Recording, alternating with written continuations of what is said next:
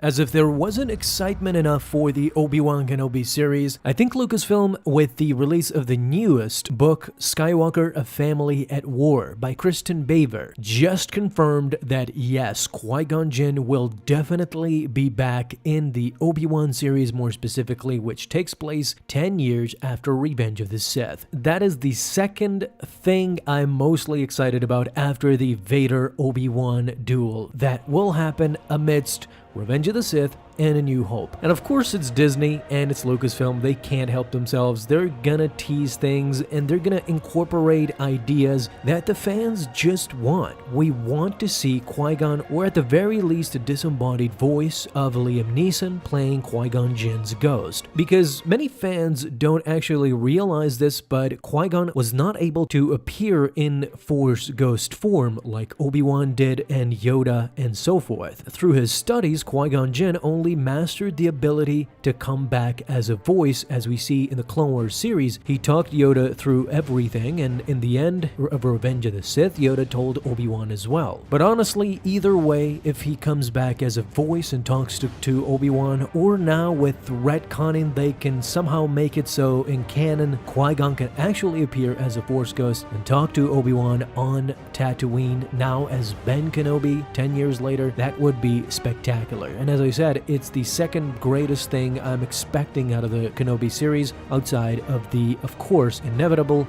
Obi-Wan Vader duel. So of course it is one of the most eagerly anticipated shows that is centered around Obi-Wan Kenobi, which will be played by Ewan McGregor. It will be set 10 years after the self-imposed exile on Tatooine, the very one we see in Revenge of the Sith. And it will also feature Hayden Christensen, as we found out, as Darth Vader, alongside numerous other actors, which is just starting to ramp up. There's been an intense speculation over just how this story fits the overarching story of the Star Wars saga, because back in the day we thought that Obi-Wan was just an old hermit who lived out the rest of his life on Tatooine, which practically meant that we thought in our minds 19 years Obi-Wan just sat there as Ben Kenobi on Tatooine, did not use his lightsaber, did not use the Force, and his only service was to Luke Skywalker, protecting him until he can become a Jedi. Me and a lot of other fans, of course, speculated immediately that there is a possibility that Liam Neeson could return. And while that possibility is definitely there, we have nothing confirmed as of right now. But the history of the Star Wars series and the Star Wars movies have told us that they will not show it until the last moment. This is what happened with Baby Yoda. There were no leaks until we saw episode 1 of The Mandalorian and realized that there is a Baby Yoda in the midst. Same with Temuera Morrison. They kept that secret very, very tight.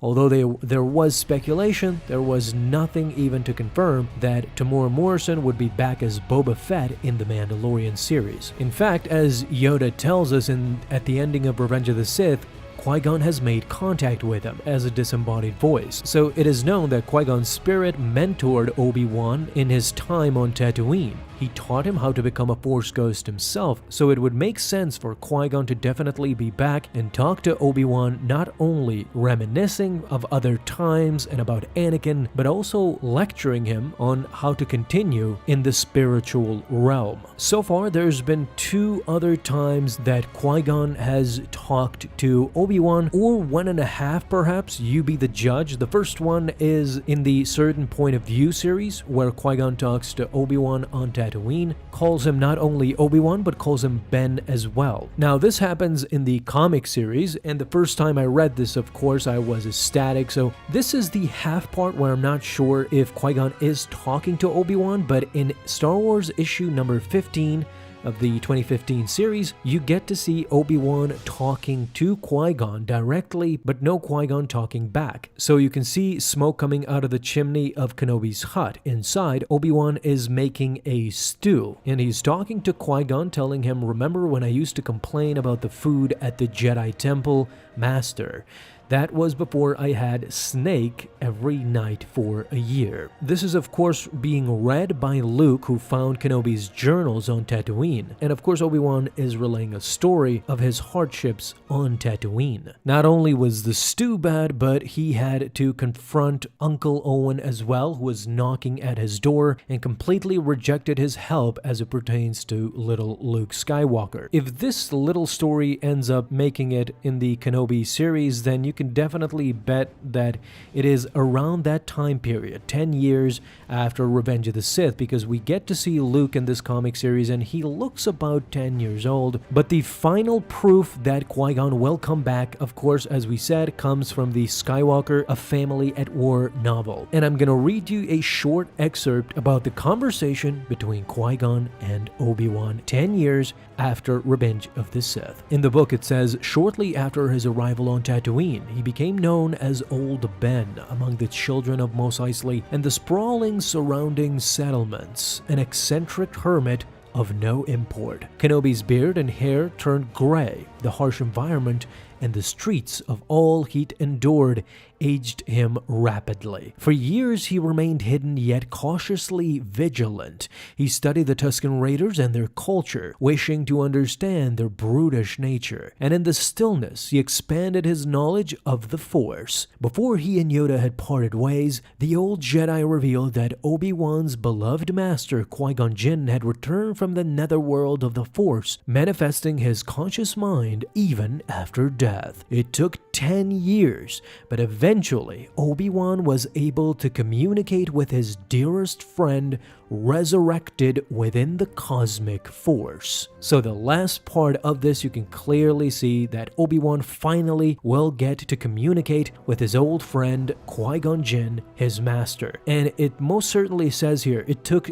10 years for Obi-Wan to master the skill in communicating with Qui-Gon. And since the Obi-Wan series takes place 10 years after Revenge of the Sith, this book and the Obi-Wan series are explaining the same timeline of Obi-Wan's journey on Tatooine. 10 years later, it is exactly then when Obi-Wan will finally get to talk to Qui-Gon once more. This means that Liam Neeson will definitely be back in the Obi-Wan series, my friends. And can you imagine? Now here's where my freaking fanfic head goes. Can you imagine just in the middle of the Obi-Wan Vader duel, 10 years later after Revenge of the Sith, they're dueling each other and they're at each other's throat when all of a sudden Qui-Gon appears in front of them. Vader cannot probably see Qui-Gon or hear him, but Obi-Wan will be able to talk to Qui-Gon and might even play the role of a psychic, talking to Vader, telling him what Qui-Gon is saying at this moment about Vader, how Qui-Gon is disappointed at Anakin and how his fate turned out to be. At least, I mean, that's all my fanficky mind. I would love to make that sort of a fan fiction someday, maybe in cartoon form or in 3D, but that would definitely, you know, make my day or month. I don't know. What do you guys think? Should I make that fanfic? I would love to. Guys, let me know, are you excited about Qui-Gon being back in the Obi-Wan series? And what do you think will happen when we finally see Qui-Gon? So let me know down in the comments. Thank you guys so much for watching this video. And if you enjoyed, leave a thumbs up down below, subscribe for dailies. Now you can have an awesome day, Star Wars fans.